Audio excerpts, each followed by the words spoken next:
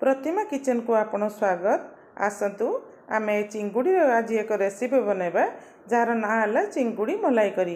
यह नड़िया रस दे प्रस्तुत करबा। तेबे देखि नबा आसतु यहाँ कौन कौन दरकार अछि। यहाँ दुईटी सिझा आलू, अल्प किछि धनिया पत्र, गोटे टमाटो छोट छोट कर काटि रखिछि, गोटे पियाज मु छोट छोट कर काटि रखिछि, दुईटी लंका को अधा चिरी रखिछि, फाळे नड़िया कोरिके रखिछि ग्राइंडिंग करी ता रस को सेतरे दबा पई, फाळे पियाज, छोट खंडे अदा, 5-6 कला रसुण, छोट खंडे डालचीनी, गोटे गुजराती, 6-7टी गोलमरीच, 300 ग्राम रो बड़ चिंगुड़ी मु रखिछि। तेबे आसतु देखि नबा यह किपरि बना होछि। प्रथमे गैस रे करेई बसई तेल 2 चमच सोरिष तेल आम एथरे पकेबा। तेल गरम होई आसिले एथरे आम लूण हल्दी गोळे रखिथिबा चिंगुड़ी माछ को पकेबा।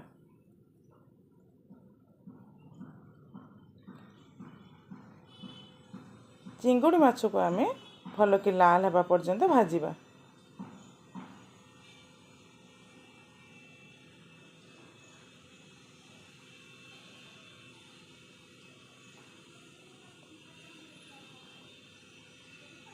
दुई पट आमको भल कि लाल हेबा पर्यंत चिंगुड़ी को भाजिबार अछि।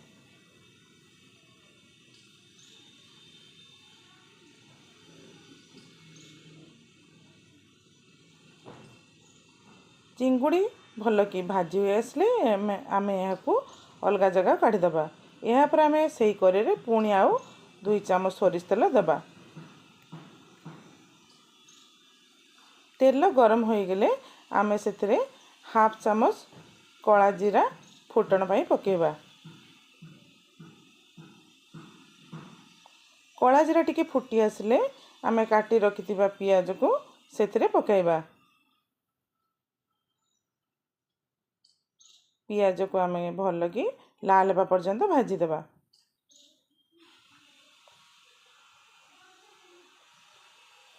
पियाज भल कि भाजी हो गले आम पाटी रखिथिबा मसला को सेतरे पकेबा।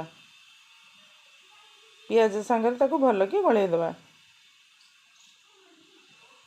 जेपरी पियाज रसुण अदार बास्ना चली जीवो और मसलार पानी मध्य भल कि सुखी जीवो।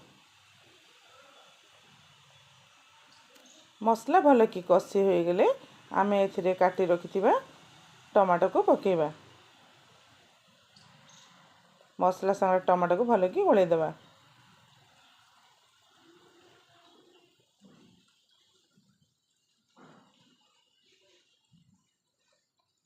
एथिरे दरकार परिमाण हळदी लूण पकेबा। लूण हल्दी ये मसला संगे आम भल कि गळेई देबा। मसला टमाटो टिके सिझिबा पई एथिरे आम अल्प किछि पानी देबा। याकू भल कि गळेई दे किछि समय घोड़ी छाड़ी देबा।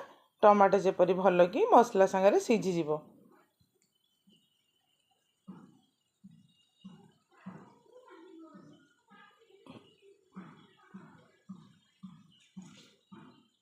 एबे हमर मसला टमाटो भल कि मिसी जाइछि, टमाटो मध्य भल कि सिझी जाइछि। एथरे आमे 1/2 चमच भजा लंका गुंड पकेबा।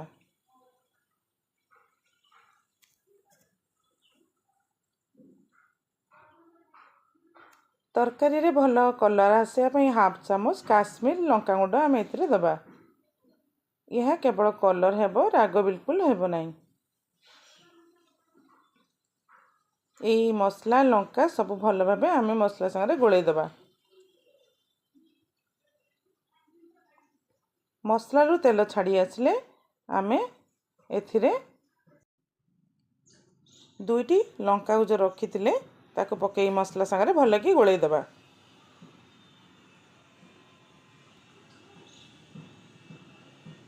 या परे रखिथिबा सिझा आलू को आमे एथिरे पकेई भल कि मसला संगे कषि दबा।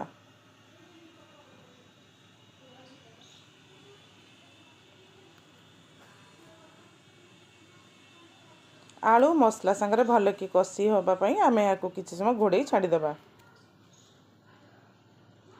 एबे हमर आलू मसला भल कि कषि हो जाइछि।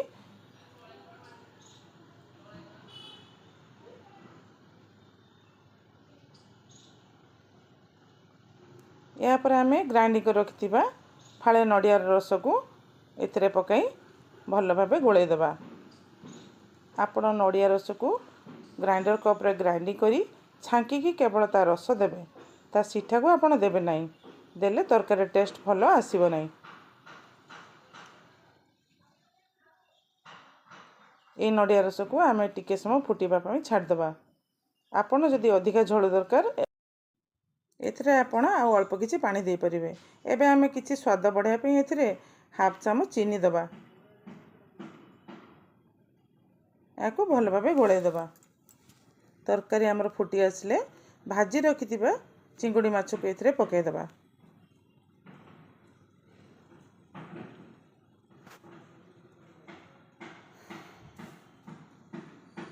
एबे लास्ट रे आमे काटी रखिथिबा धनिया पत्र को एथिरे पकाई भल भाबे मिसै देबा।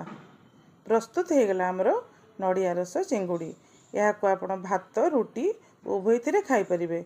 एही नडिया रस चिंगुड़ी आपण किपरि लागिला आपण मते कमेंट माध्यम रे जणाइबे। जदि आपण को मोर चैनल टी भल लागिला तो आपण मो चैनल को सब्सक्राइब और लाइक मध्य करि देबे।